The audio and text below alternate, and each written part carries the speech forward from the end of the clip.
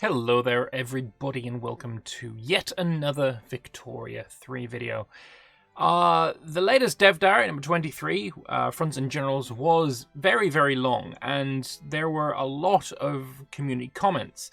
The developers responded to a lot of them, and therefore my video that would usually be about community comments kind of all got sucked into the developer responses, and there wasn't any time for the community sentiment, which is something I do want to include. So this video is going to be about the various comments that I have seen on both Discord, on Reddit as well, and we'll kind of just go over them and see kind of what the community is feeling. I will put up this poll here first that I put on my community page, which showed that most people are actually in favor of the new system. The comments that I've seen, though, don't seem to emulate this. So I don't know if maybe the people who are really enjoying this new system or like the look of it are maybe just being quiet in comments, not really Reddit people, or don't talk on Discord or what have you, or something else is going on there. I don't know. But yeah, from what I've seen, it's been mostly negative. And I think that's probably where I stand as well. But anyway, let's get into some of these comments and we'll have a look at what the various complaints are. So first off, we have this one from a friend of mine, Flowfire, who is responding to the dev diary here. Mobilized generals can't be demobilized until the war is over. That's part of the dev diary. The response to that is, why? This has never been a good design choice. It's just frustrating as fuck when you get stuck in back-to-back wars. And I know Flowfire, I've played with them a lot of times. The experience here is imperative with the levy system. You can't disband your levies while you're at war. So there is experience there of this kind of thing. Not being able to lower your troops or lower your levies or whatever while at war, it can be incredibly frustrating. Back-to-back wars really suck, and one of the big, maybe big is not the correct term here, but a strategy that you can use in Imperator multiplayers is to attack somebody right before they peace out with somebody else. So they can't lower and re-raise their levies, and as such, they would have fewer troops because they've just been using them. So there is some experience here. Another friend of mine, this currently sounds like way more hands-off than I would hope for. The idea of not having specific targets at all or ways to concentrate troops in certain parts of a front needs a lot of work to be engaging. And again, I would agree with this. One of my big problems is the lack of ability to direct where your generals want to attack, even if it is as basic as that city over there, or that railway hub there, or that port there. Something along those lines would be kind of essential for me, I think, in this kind of system. Like, that would be the bare minimum. Right now, it doesn't seem engaging at all.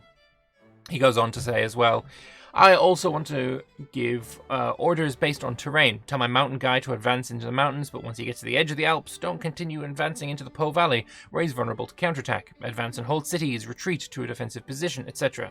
I expected not to be able to pick the path through the Alps he takes. I didn't expect to not to really be able to tell him whether or not to stay in the Alps beyond a general go order that would affect the entire front. Again, yeah, I mean, there just doesn't seem to be too much here that you're able to do. I will say, though, he is slightly wrong, because the orders that you give are on a general basis, not on a front basis. So he can tell that general to stop advancing once the front reaches the edges of the Alps. But that means that the other generals that are on that front, they may be able to continue that attack out of the Alps and into the Po River Valley, because you just don't have nearly as much control as is kind of necessary. So, yeah, more control, please. I really feel that if they just said fronts extend to the edge of a region, then you have to make a new front, it would work. I disagree with this, by the way. Maybe some mechanic for being able to merge a tiny front that only covers a few provinces in a different region to one of your bigger ones, but mega fronts sound awful. Mega fronts do sound awful. This is true. But I think, and I've said this before as well, the idea of making fronts split by region is a terrible idea, because if you have a really long front that goes over the edge of a region by like 2 or 3 provinces, and that creates a new front down there in the south, you're just going to be really irritated by that. The idea of merging fronts, though, I do really like, because as we saw in a developer comment that I will put up on the screen somewhere,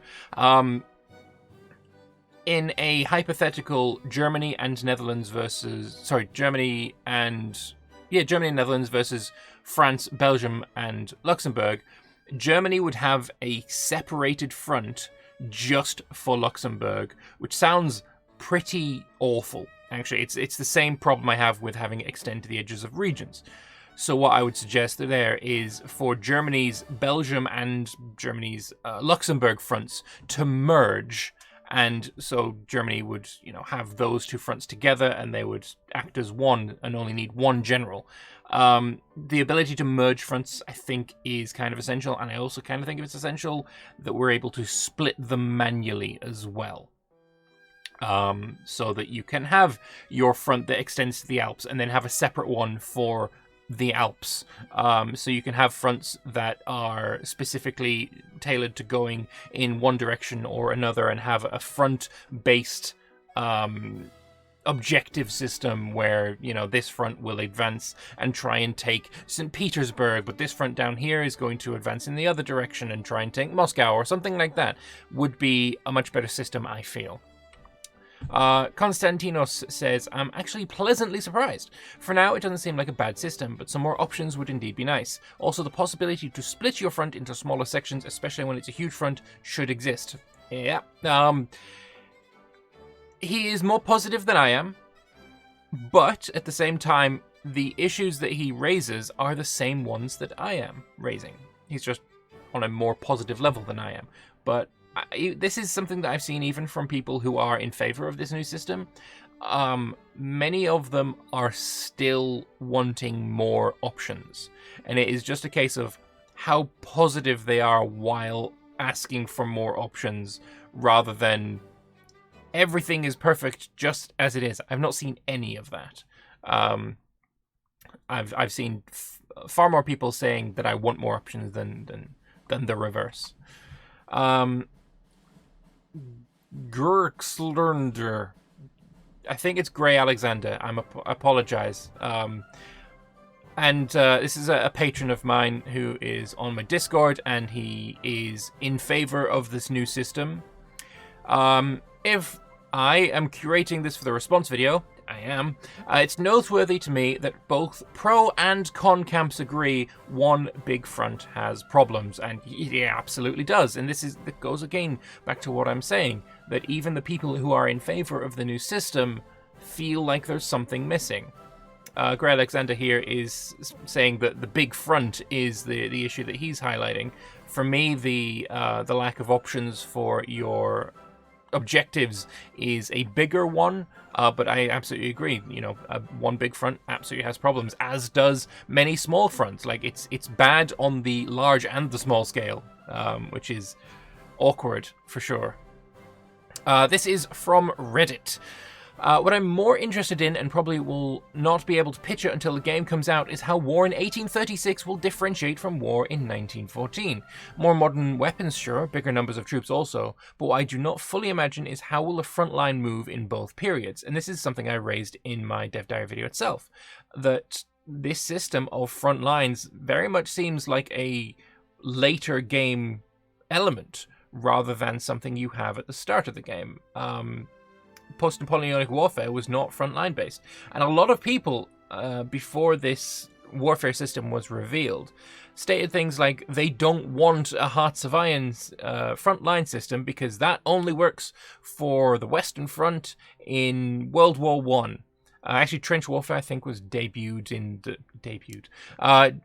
the American Civil War, but at the same time that doesn't matter. It's still later on, right?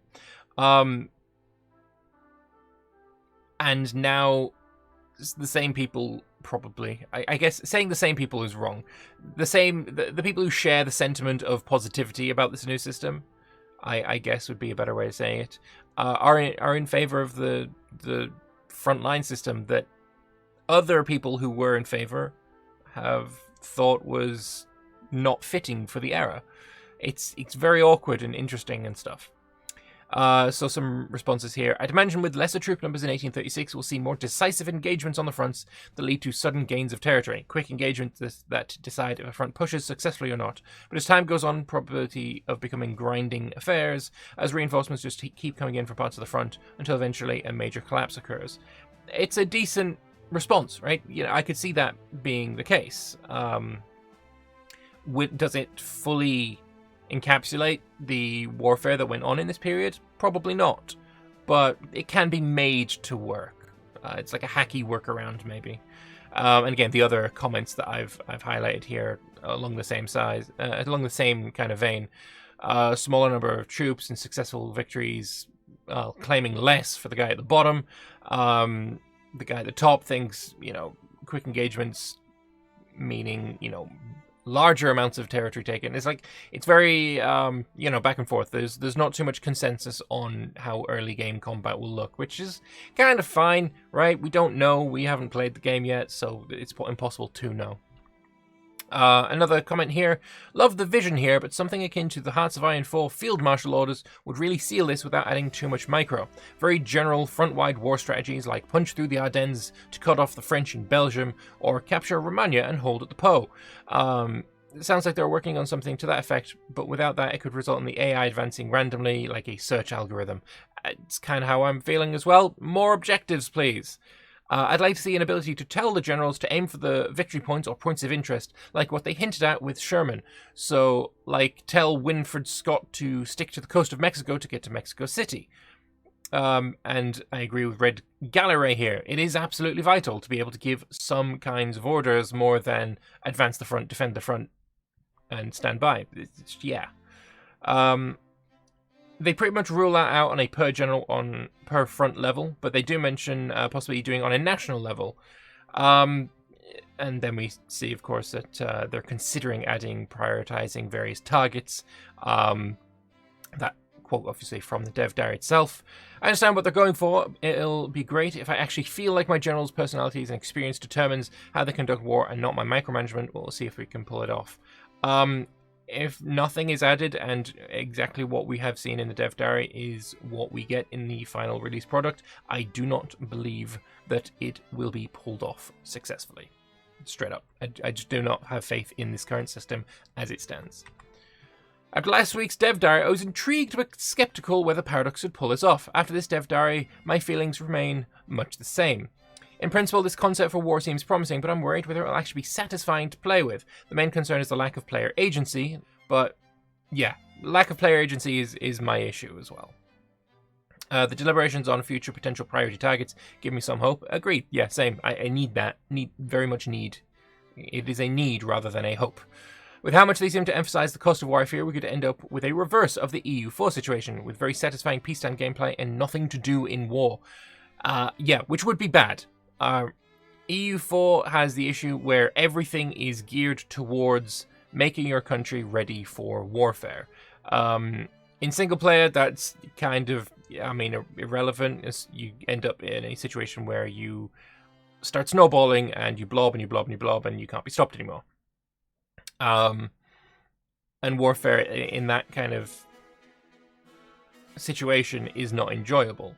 And then you start again to get back to the enjoyable part, which is warfare versus either against the odds or against equal odds. Victoria 3 is very dangerously skirting the element of being at peace is really fun, but being at war is boring as shit. Because that's kind of where it's looking right now. And that would be equally bad. So yeah. While it's not going to stop r/Victoria 3 from debating the matter to death, I think it's really difficult to judge this system before we actually get our hands on it to try it out.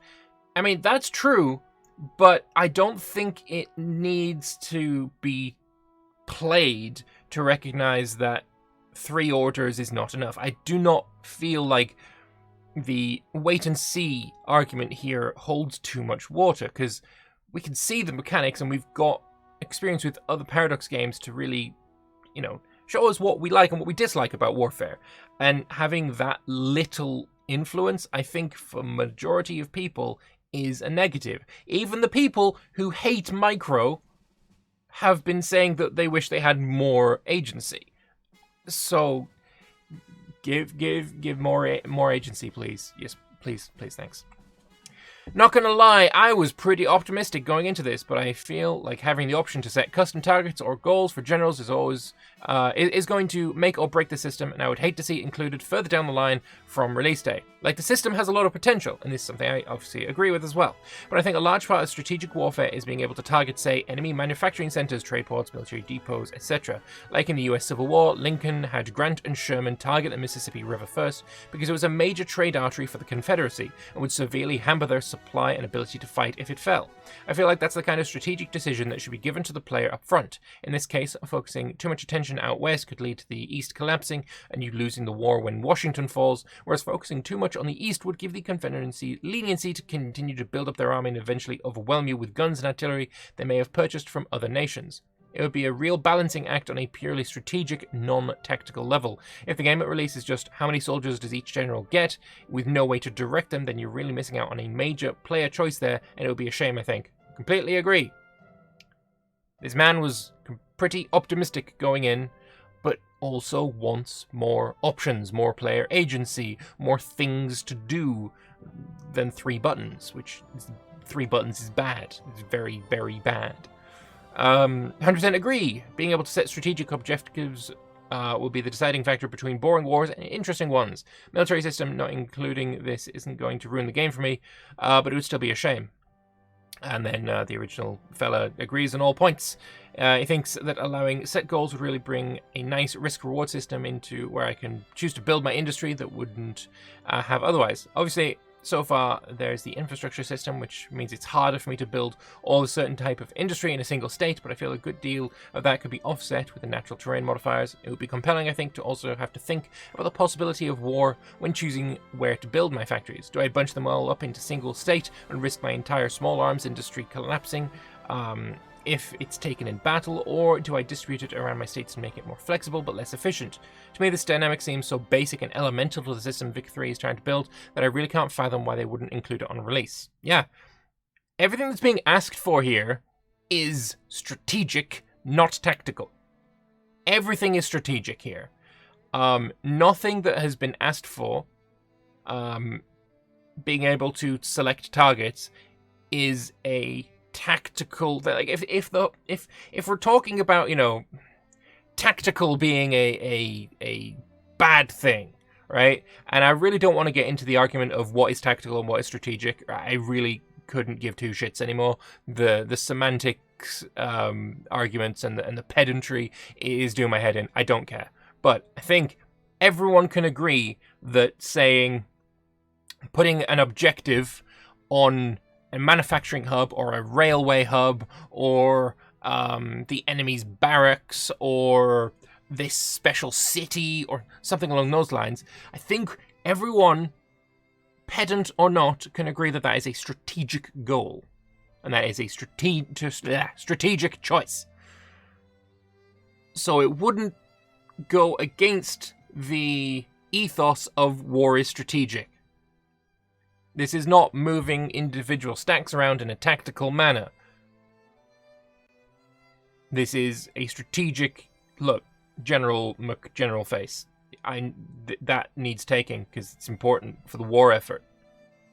And then the general themselves would decide on how best to take that target, where to take the battles, where to defend, how fast to go depending on their traits.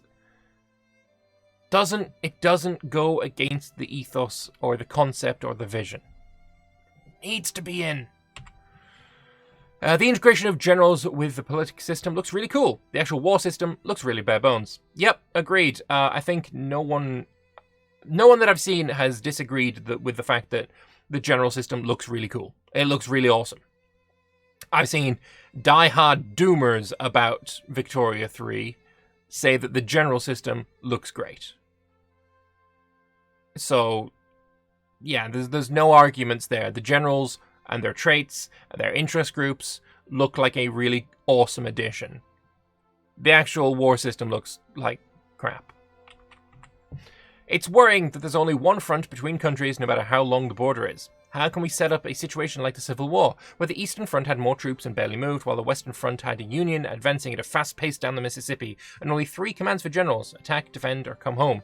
If they wanted to do a frontline system, I would have preferred a system closer to Hearts of Iron 4. At least that's more interesting than this. Sure, the stuff between the war might be interesting, but this dev diary makes the actual war scene boring, and a worse system than any other Paradox game. And you don't even get to see your units fighting on the map, because if you could, then you'd want to micro them.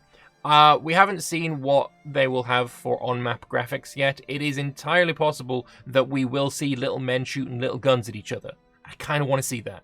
Little guns shooting each other, some explosions, all that kind of stuff. We want to see that, right? We don't know if that's going to be in yet or not. But yeah, the dev diary does make war scene boring. That's not really arguable. And I don't know if I would want a system closer to Hearts of Iron 4, because I don't know Hearts of Iron 4 very much. I know that you've got, you're able to draw your own front lines, which is cool. And I know you're able to set targets kind of with a lot of detail, right? You're drawing your advanced lines, you're drawing where you want your spearheads to go, and you can select the exact moment that you want those attacks to start, or you could also just micro your regiments yourself. I think like a hybrid system of hands-off, like we have in Victoria 3, and the Hearts of Iron system would be nice. What I'd like to see is a frontline system where, yeah, as soon as diplomatic play starts, the front lines get drawn, and then I can go in with a little snipping tool or razor blade tool, if I'm going by what I have in DaVinci Resolve, and I could snip the front line here, and I could merge these 2 front lines over here so that I have a custom front line that I have made. Alternatively, we could have the generals in your army suggest various places to cut the front lines and merged front lines. It's like, General McGeneralface is saying that, I think it would be beneficial if I take from the, the English Channel all the way down to the Ardennes, and I will push through Belgium and Netherlands to hit at the Germans from the north. And then General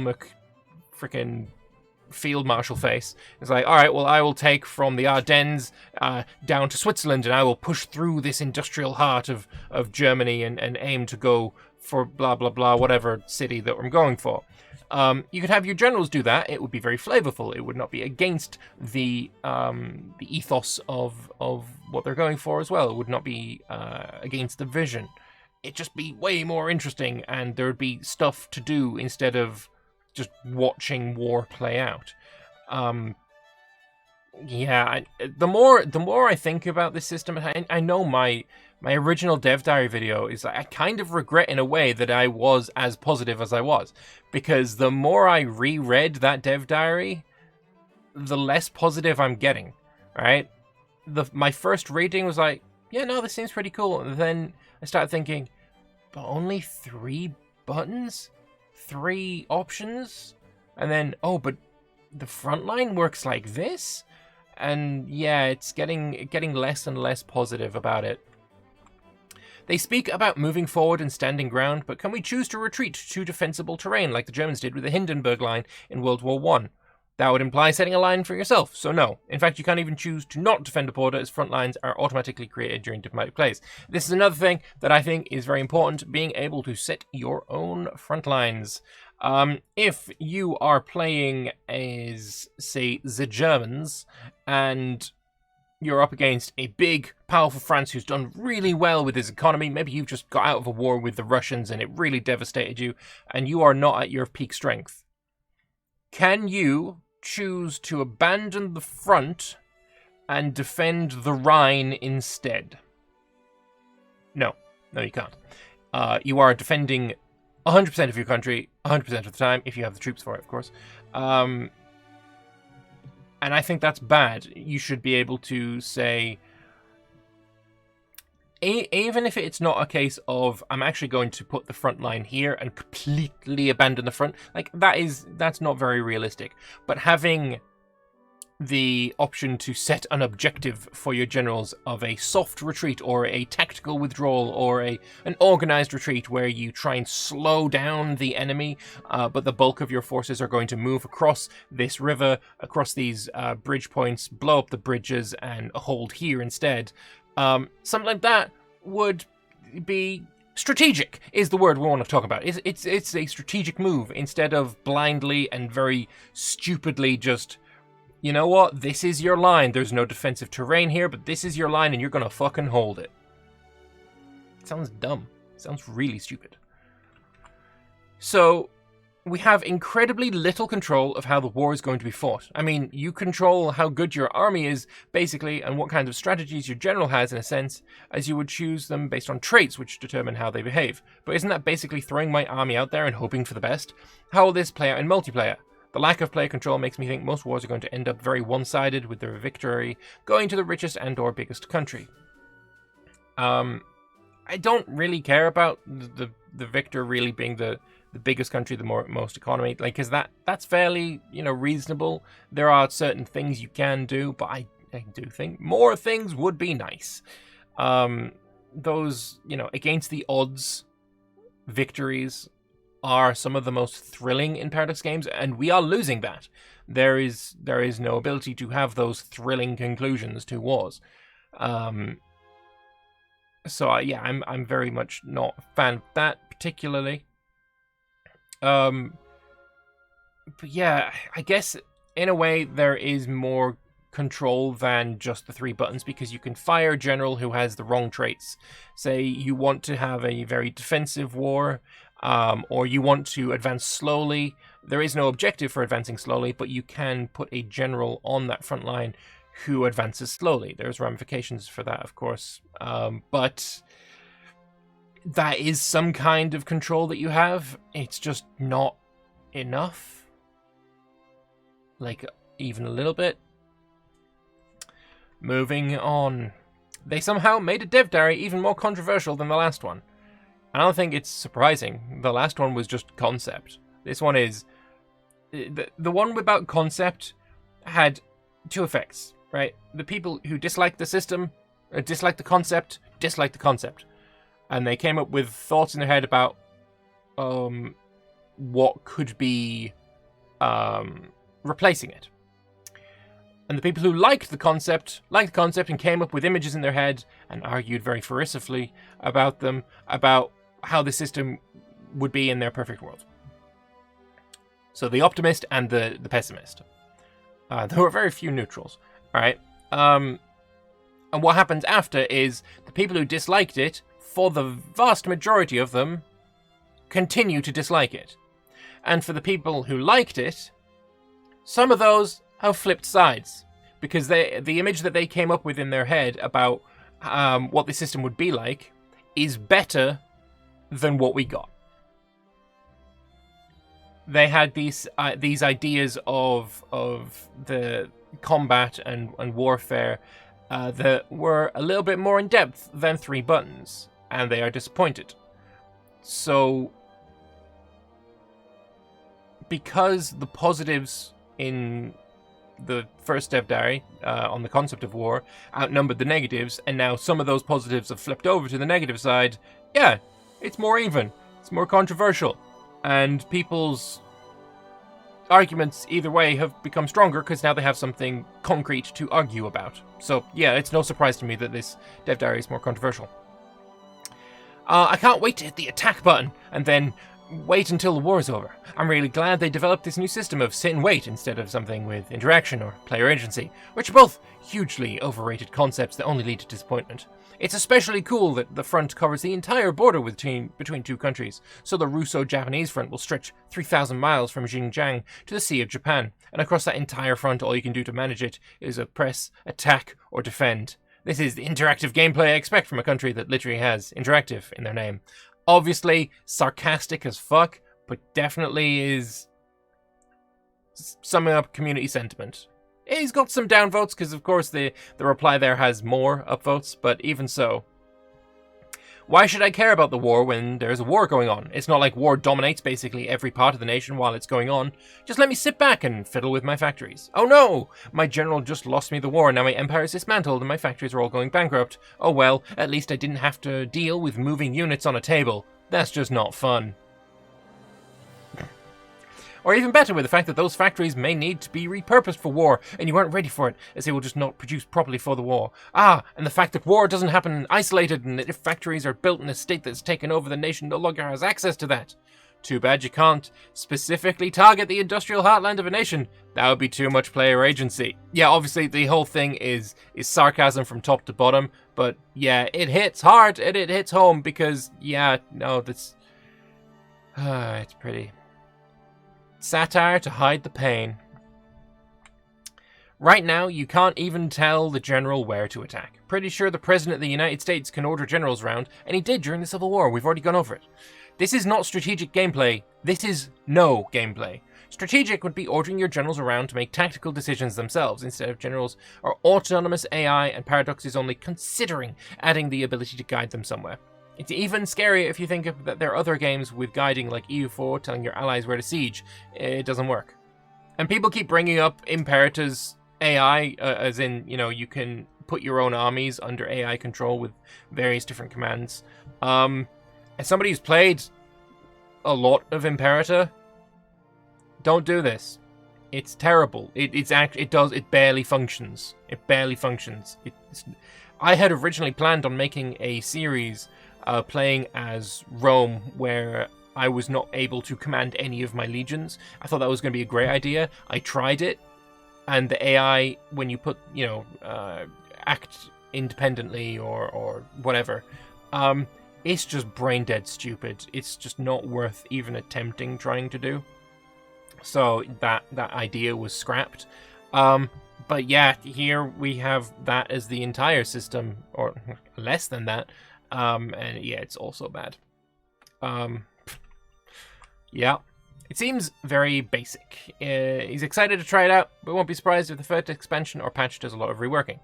I know it's to be expected, but it feels half-baked to me. I think having strategic plans like seize this port with advance from the north would make the system feel more complete, while staying away from the Vic-2 micro that I personally found dreadful. I really hope they flesh out the system a lot, and that war movement is not just possible, but the primary method of war, except for very specific situations. Please don't make every war around the world from 1836 to 1936 be a World War I Western Front. And finally, the preparations or logistics for war and the generals feel pretty good, but the actual war part seems a little lackluster at the moment. Hopefully it's fleshed out more. These are all people that were positive, but have been turned negative by the actual mechanics being shown. And again, the preparations and logistics look great, the generals look great, the actual warfare, kind of bad. Kind of very bad. Back to my Discord again. It's a strategy, not a tactics game, and it's grand. They expect you to operate on a higher level of abstraction, which is consistent game design at least. What people are worrying about is really difficult, likely impossible, to assert without having played the game. That is, if unit management is so simple, does the game have enough interactive elements to keep my brain busy, or does it end up being an idle game that I can simply watch most of the time without doing anything? Is the worry justified considering Victoria's past and their other games? Totally. Does that mean it must happen? Totally not. This is the most positive comment that I've found so far. Flopsy, I disagree with you, of course. Is it consistent game design? Yes, but I think more control can be added while still being consistent with that game design. And maybe the game does have enough interactive elements, but not through warfare. And I think that is a problem, because yeah, when a country went to war, especially like if you're thinking about a late game world war, those absolutely consumed every single part of the country. The economies of the World War I powers were entirely consumed by the war. So the argument that you could just fiddle with your economy while the war is going on, because war isn't that big of a deal or a concern or a big element of the game, is silly. There needs to be more. From YouTube comments. I was hoping for more than this. No unit sprites on the map at all is disappointing. Again, we don't know that for sure yet. I hope they add some more visuals in, or Warfare will just be a box with numbers in it. More so than it already is, anyway. I worry about automatic fronts, making it very difficult for small nations to bite at bigger ones. If fronts are chosen automatically and armies are placed there automatically, then it sounds like you can't choose your battles carefully and avoid big armies. I guess we'll just have to wait for more info. And this person was pro-change as well. Again, I've asked in every one of my comments on these videos for people to state what camp they were in after the concept, and this person was pro-change, and now he's disappointed at various things. Again, we don't know about the sprites on the map. That's up in the air right now. We don't know. There may be, and I hope there is. And the idea that smaller nations can't really fight against bigger nations, it's awkward, because I'm kind of okay with that. If a Krakow shouldn't be able to beat Austria under any circumstances, and the fact that they could in other games, like that kind of David versus Goliath situation in other games, being done just through micromanagement, is a failure of those games. Like Byzantium being able to beat the Ottomans in EU4 is a failure of EU4. But you can fight against bigger nations through diplomacy. If Krakow, for example, manages to swing Prussia onto their side, or Russia onto their side, to fight with them against Austria, or maybe Krakow offers support to Prussia as long as Krakow can get the Polish land that Austria has. That kind of thing is entirely possible, and I think that's nice. But just Krakow versus Austria on their own is not something I want to see. I'm even more cautious after seeing this diary. On the one hand, I can see what they're trying to achieve. On the other, I see a lack of player involvement. Actually, I like your term, skill expression, which may well be a design goal I'm not fully on board with. But on the gripping hand, this system is, at their own admission, not ready as yet. There's plenty of time before release for them to sort it out, I hope. But I'm still unsure about the intended direction. Wait and see when I get the chance to play it, I guess. And yeah, I would agree with Steve here. The lack of player involvement is kind of key for me. I'm fine with not being able to micro units around. I've come around to that. But yeah, we kind of need some more than the 3 buttons. And I know I keep harping on about that, and it's just getting a little repetitive, but yeah. I applaud them for trying to break the mold, but I think I need to reserve judgment until I see these systems in action. I like the idea that Victoria 3 is more a political and economic game than a map painting game, but Warfare still needs to be viable and an important system in your diplomatic arsenal, so I hope it works out. Hope is good. And I hope more things are added so that it works out. Right now, no, it's not. It would be really bad for me if we couldn't choose the landing sites for amphibious invasions. Obviously, this is really going into next week's Naval dev diary. Not really too much for this one. And then what I joked about in a discussion I had is, the way things look, the only decision you'll have in naval invasions is the trait your general has. If you have a woodland expert, they will invade woods provinces. If they do allow you to choose landing sites, then it contradicts everything they say about warfare and opens the door for the same decisions to be made in pure land warfare. Exactly, right? We were told that fronts only open in conflicts, say, the example they gave was Iceland versus Britain, and a front would only open once a landing had been made. But how is a landing made, and do you as a player choose the landing site, or does the AI choose the landing site? It's an open question at this point. I think the answer is going to be either disappointing to some or all. Disappointing to some or disappointing to all, who knows yet. I think I've said it a dozen times, but the assumption that AI will be terrible by default bothers me a tiny bit. The main thing Paradox AI is terrible at is microing units. Broad strategic hiccups usually result as a consequence of those micro issues. Not out of some innate the AI has been terrible, is terrible, and will always be terrible at every conceivable war system. This is very true as well. Yeah, the main problem that AI has is microing units, so a system that removes that does mean that the AI would be more competent. This is fairly fair. And I don't think that it is going to be a terrible thing for the AI to have to work with this strategic objective system that I proposed, because you just need to give the AI weights, right?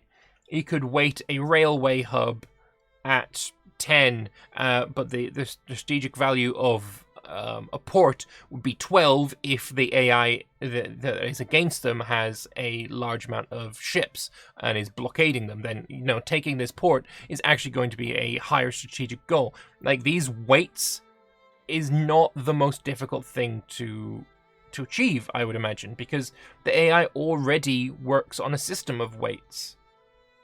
So just weight different strategic goals, higher or lower, and those can be tweaked depending on how they result when you're actually playing the game. I think the AI is going to be competent in this game, and I think the AI would still be competent if it was working with the system that I'm proposing. The war system looks great, because I don't have to spend all my time worrying about a war when I can be worrying about the profits, baby. Sure, I guess the war that is going on that could ruin your country, you're not going to have too much interaction there. But that's fine, because I'm going to work on my factories and that kind of thing. Because there's, I don't know, a lot going on there that is totally unaffected by the war. End sarcasm. I think people generally calmed down since last week. Nothing truly unexpected like Crackpot was last week. For me, though, who was pro-Crackpot, the diary was a little disappointing, as a system that has to replace micro is too simplistic as it's described. Again, somebody who is pro the change, who is now against the changes. It's just a sentiment that I see in quite a lot. I'm alright with the overall concept, but I'm disappointed that we can't give strategic orders to prioritize specific features or cities to cripple countries. Again, another comment who was in favor of the concept, who is against the specifics. I was in favor of the dev diary last week, and while I'm not disappointed by this one, I have to admit that unfortunately it really shows that the actual in-game content is barely work in progress. That frontline screenshot is incredibly rough. The reason why it still did not disappoint me though is that the foundations look great, and while right now I agree there doesn't seem to be a lot of day-to-day combat skill expression baked in, it doesn't look like something that would be hard at all to implement by just adding a couple of extra buttons to your generals. Again, somebody who is in favor, and is even still in favor, but still wants more buttons to press, still wants more things to do. Like, even the positives are not 100% positive, right? This is the gist that I'm trying to get across to you. That even the people who are in favor of the system and who have put a positive vote in my poll have also got reservations. One of my concerns about this is simple: balance. It'll vastly depend on how battles happen and how they get resolved. I don't really like not being able to pick out where to fight, for example. Another thing is that certain army compositions will clearly be better than others, and it seems as if the generals decide that, so you're stuck with hoping the generals pick the right one. No, they don't pick that. It's based on your the barracks' production method is what I think it is about. I really dislike being disassociated from moving armies, and as you say, less skill expression. I get they're trying to get the skill expression to be more on the logistical aspect. Prepare and build your economy. The better your country is overall, the higher the chance of winning, but that is not how I would like it. The game is shaping up to be so great. If they pull it off, is another concern of mine. Last week was a gut punch. Yep, fair enough there. 100% pro-change, even if it doesn't work quite right at first. It would be surprising if the new warfare system is functional, but otherwise unremarkable at launch, because this is the first time Paradox have tried something like this. Expecting immediate perfection is only really going to lead to disappointment. I don't think anyone is expecting immediate perfection, but, immediate effort in making a system that people can interact with rather than, just not, would be nice. Isn't to say this new system can't fail, but I'm willing to give the devs some time to try and make the system work. You know, of course I am. Like, I'm in favor of the devs. I think they're all great people. They're incredibly talented, and you know, the rest of the game shows that. It's literally just the vision, I think, is too narrow on this specific aspect. And from a player's point of view, which of course I am, I don't think it's enough. And I do really, really, truly hope that more is added. And I'm obviously being as respectful as I can. Like, I'm disagreeing with the devs and I'm disagreeing with the vision, but I'm trying to do it respectfully. So as well, if you are in the same boat as me, obviously try and be respectful at the same time. I'm not going to say, oh, the devs are stupid for not doing this thing. Like, that's obviously wrong. Don't do that. But, you know, disagreement is fine. That's not disrespectful, of course. Yeah, I reserved any judgment on last week's announcement because it didn't really tell us anything. But now I can solidly say that this change is so negative, I'm no longer sure I want to buy the game. Yeah. The mechanics look bad enough to kill the game outright. I remember when Imperator Rome was coming out and so many people were defending systems that killed that game too. I don't know. Imperator Rome had a lot of negativity around various things. Like, I started doing dev diaries because of my negativity over the units. So I don't remember. I mean, obviously there were people defending those decisions as well. That's true. Like, it wasn't just unanimous dislike, other than only having one console. That was unanimous, or near as much.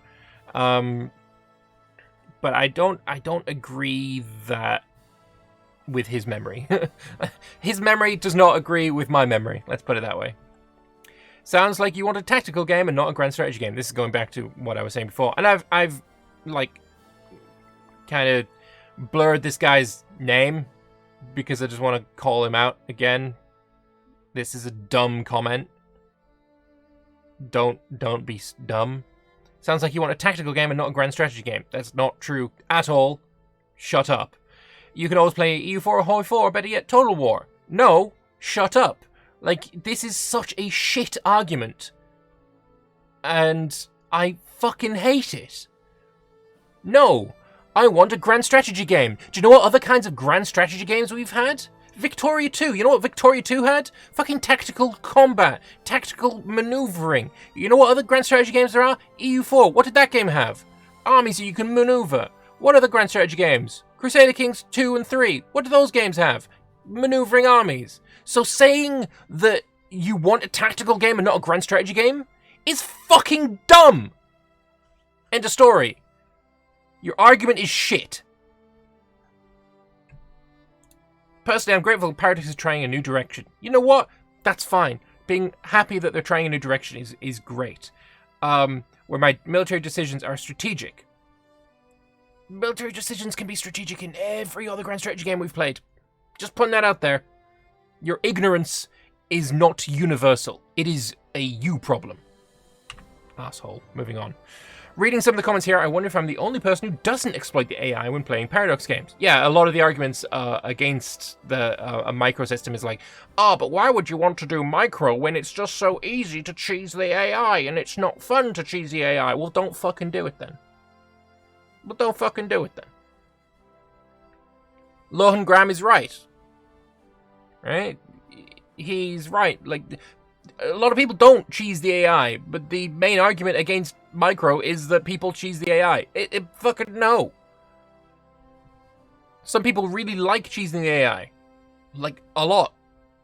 Flurry Worry comes to mind and cheeses the AI to do some fucking magnificent things.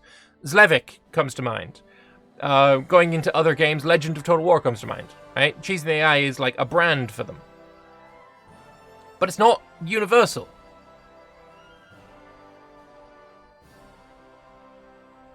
Most of the complaints about the old system are about how it wasn't strategic at all because you could cheese the game. So really we lose nothing by removing it. Exactly. A lot of the arguments against a more, maneuvering armies basis were shit arguments. A lot of them were. And then this one here. This is fucking insane, right? Pro Vicky player made a post. about a week before this dev diary came out. And this is fucking insane. Look at this. And I'm not... Obviously, it is very much taking the piss. It's very much taking the piss. But your man had 3 buttons there. Combat stance, a balance stance, and a fucking defense stance. 3 buttons. And that's all he has for his, combat. Man fucking called it. Also, the 72nd Franco-Prussian War of the Great French Humiliation. Yeah, he kind of nailed it, didn't he? Mad shit. Absolutely mad shit. Honestly, really tired of the pro-crackpot people totally tossing out the concerns of anyone who wants the tiniest shred of micro. I love single-player Vicky, but I don't want the Civil War to be watching 2 armies go at it along one front. Yeah, I've seen a lot of pro-crackpot people just gloating over people who are disappointed. There was one thread on Reddit that really pissed me off, actually. I can't remember the thread title. It was something along the lines of, I'm really disappointed in Victoria 3 Paradox here, or something like that. And the entire argument was just satirizing people's complaints about the warfare system, belittling them by complaining about the diplomacy. And it really annoyed me because the whole thing was taking the piss out of people who are disappointed is fucking stupid in and of itself. But the entire thing was just a field full of straw men. And this person just, I don't know, he's just an asshole, really. This all seems great for people that were encouraged by the previous diary, but for me it doesn't improve my opinion. I enjoyed Army Micro. I felt it more fun being able to move and rearrange armies. Having to micro generals around so they help you politically instead of hurting you, while also not getting to move armies just seems like you're putting all the busy work without getting the fun parts of using armies in battle. Though I also love Total War, Hardline 3 and Steel Division because of the Army Micro. There's the problem. Victoria 3 is not a war game. No, it's not. It's a game about the era, of which war was a part of this era. But it's called the Century of Peace. No, that was because the great powers didn't fight each other, not because they didn't fight anyone. And they say, it's a grand strategy game, and war was a big part of this time leading up to World War I. It's called the Century of Peace for a reason. Yes, it's called that because you're ignorant. You are ignorant of what that fucking term means. The great powers, I think the longest war between great powers in this Century of Peace was like 6 months. That's why it was called the Century of Peace, because the great powers going to war with each other before that was the Napoleonic Wars, which were decades. And the war after the Century of Peace was World War I, at the time the most devastating war of all human history. The Century of Peace is called that because the great powers didn't fucking fight each other properly. And before that and after that, they did. That's why it's called the Century of Peace. You muppet. This one's from the Victoria 3 Discord. I think it's a very interesting one as well. I understand why the devs gone the route of equating equipment quality with equipment quantity to abstract that better equipment takes more time and resources to make. Nonetheless, I find it quite amusing that you could potentially satisfy your modern artillery needs in 1910 by importing thousands of bronze cannons from a less developed nation. Or the reverse case, where your Great War howitzers become muzzle loaders once they cross the border into Sokoto. Yeah, really highlighting the issue with quantity as a replacement for quality. It would not require that many extra goods to differentiate between different qualities of weapons. So this person's come up with an idea of having 6 different types of artillery and 4 different types of rifles. But it depends, like, are you going to have these as all production methods? Potentially. I don't think it's too terrible to have 6 production methods in your barracks for artillery and 4 for rifles. I don't think that's too terrible. That could work. But yeah, that's I guess the final one that I have to show you. Again, I've gone fucking hour, so apologies for that. I've got a lot of editing to do, so I'm going to end the video here. I think my overall points and arguments here are generals look great. The actual warfare looks really terrible. And it looks more and more terrible the longer I look at it. I really hope that more is added. I will have a video coming out in the next few days of a suggestion. It's a suggestion style video where I have basically some ideas on how to add in a strategic objectives element to warfare that doesn't take away from the overall vision or the concept of the war and doesn't add in excessive micro for the player, and I think it does fit in with the overall themes of the game pretty well. That video will be coming out in the next few days, so please hit subscribe and so you don't miss it, because I've got a lot of things to say on Victoria 3, and hopefully some elements of my desires are implemented in the game so that warfare isn't just so bland as it currently looks like it is. But anyway, thank you very much for watching. I hope you have enjoyed this video looking at the community sentiment towards warfare in Victoria 3. Thanks all for watching, and bye-bye.